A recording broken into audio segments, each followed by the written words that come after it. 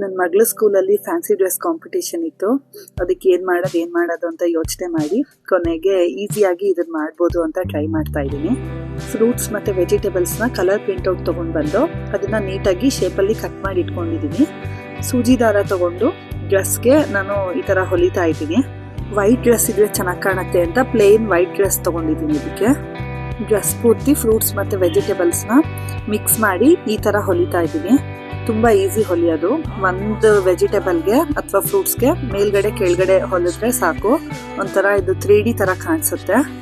ನನ್ನ ಮಗಳಿಗೆ ಸ್ವಲ್ಪ ಫ್ರೂಟ್ಸ್ ಮತ್ತು ವೆಜಿಟೇಬಲ್ಸ್ ಇಷ್ಟ, ಅದಕ್ಕೆ ಈ ಕಾನ್ಸೆಪ್ಟ್ ಮಾಡೋಣ ಅಂತ ಅನಿಸ್ತು ನನಗೆ.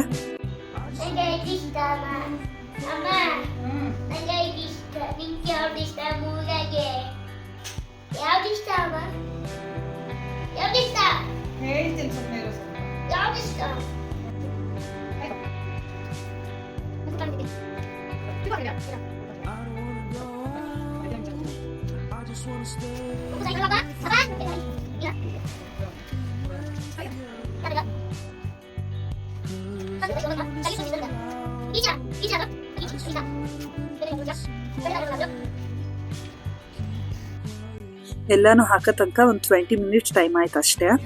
ಕಾಂಪಿಟೇಷನ್ ಹಿಂದಿನ ದಿನ ಇದನ್ನೆಲ್ಲ ರೆಡಿ ಮಾಡ್ಕೊಂಡಿದ್ದು ನಾನು. ಇದ್ರ ಜೊತೆ ನಾಳೆ ಅವಳು ಏನು ಹೇಳಬೇಕು ಅಂತ ಪ್ರಾಕ್ಟೀಸು ಮಾಡಿಸ್ಬೇಕಾಗಿತ್ತು. ಮಕ್ಳಿಗೆ ಹೇಳ್ಕೊಡೋದು ಎಷ್ಟು ಕಷ್ಟ ಅಂತ ಗೊತ್ತಿರುತ್ತೆ. ಏನು ಹೇಳ್ಕೊಟ್ರೂ ಮರ್ತೋಗ್ತಾನೆ ಇರ್ತಾರೆ. ಪರವಾಗಿಲ್ಲ, ಅದೇನು ದೊಡ್ಡ ಮ್ಯಾಟರ್ ಅಲ್ಲ.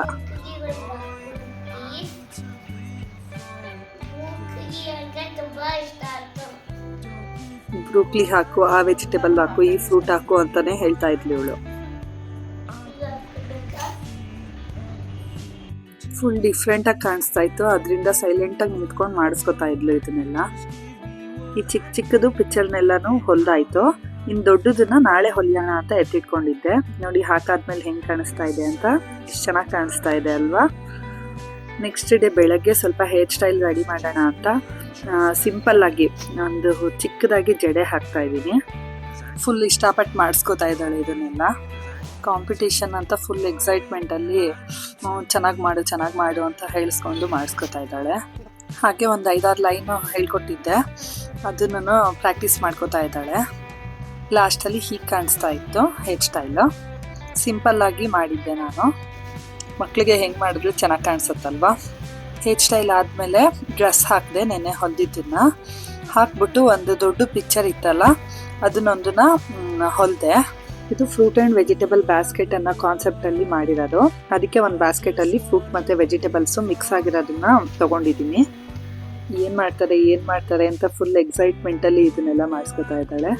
ಇದೆಲ್ಲ ಹೊಲಿದಾದ್ಮೇಲೆ ನನಗೆ ಸ್ಟಿಕ್ಕರ್ ಇಡು, ಮೂಗ್ಬಟ್ ಇಡು ಅಂತ ಇಡ್ಸ್ಕೊಂಡು ಈ ಥರ ಫೈನಲ್ಲಾಗಿ ರೆಡಿಯಾಗಿದ್ದಾಳೆ.